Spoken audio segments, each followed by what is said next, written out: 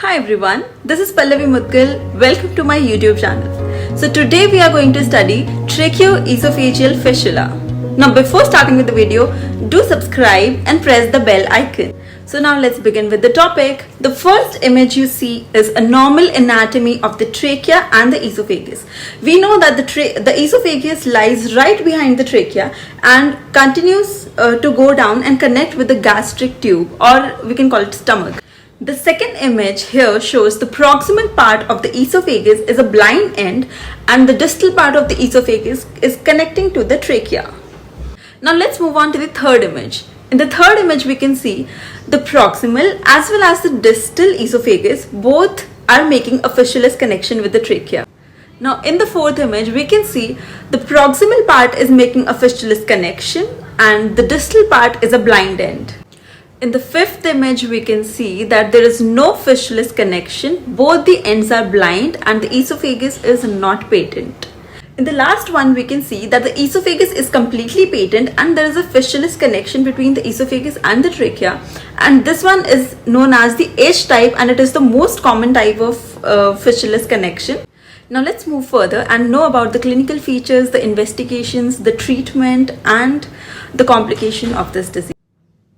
So let's know the incidence and the features. The incidence of this condition is 1 in 4,500 births. It is common in males and the ratio being 3:1. This condition should be recognized within 24 hours of birth and the newborn baby will regurgitate all the feeds from his mouth and there will be continuous pouring of the saliva from the mouth, and it is the diagnostic feature. There will be complete cyanosis due to respiratory distress and the baby will be coughing. It is commonly associated with polyhydramnios. So we usually find it in the prenatal scans and this tells us if the baby has TEF or not. The N-mic gene has to be said to have strong associations with this condition. Now let's see the investigations. To confirm the diagnosis, we put a tube in the baby's mouth and a contrast study is done to delineate the track of the fistula and know more about the anatomy of the esophagus. We use the iohexol dye over dinosol and it has been asked in the exams. Earlier we used to use dinosol. And the contrast here enters the trachea, confirming the presence of fistula. Also, we do X-ray which shows gastric air bubble which signifies the patency of the esophagus. Either the esophagus is patent or there is distal end of the esophagus communicating with the trachea. So either the esophagus is completely patent or there is a fistula between the esophagus and the trachea. So this is what the gastric air bubble shows. The investigation of choice for H type, the most common type of TEF, is combined tracheoesophagoscopy. Next is, after confirming this, we rule out other congenital anomalies and these are remembered by this very common mnemonic VACTRL. In this, V stands for vertebral defects, A stands for anorectal malformations, C stands for cardiac anomalies, which is the most common anomaly, TE stands for TEF, R stands for renal abnormalities and L stands for the limb abnormalities. Now the treatment is done by surgical management. In type B, C, D and E, it is managed by Cameron-Hyde's procedure. And at first we do the posterolateral thoracotomy to expose the trachea and the esophagus. And the basic principles of the surgery are, we remove the fistulous connection first and we repair the trachea by PDS, that is polydiaxanon. And then we anastomose the two ends of the esophagus.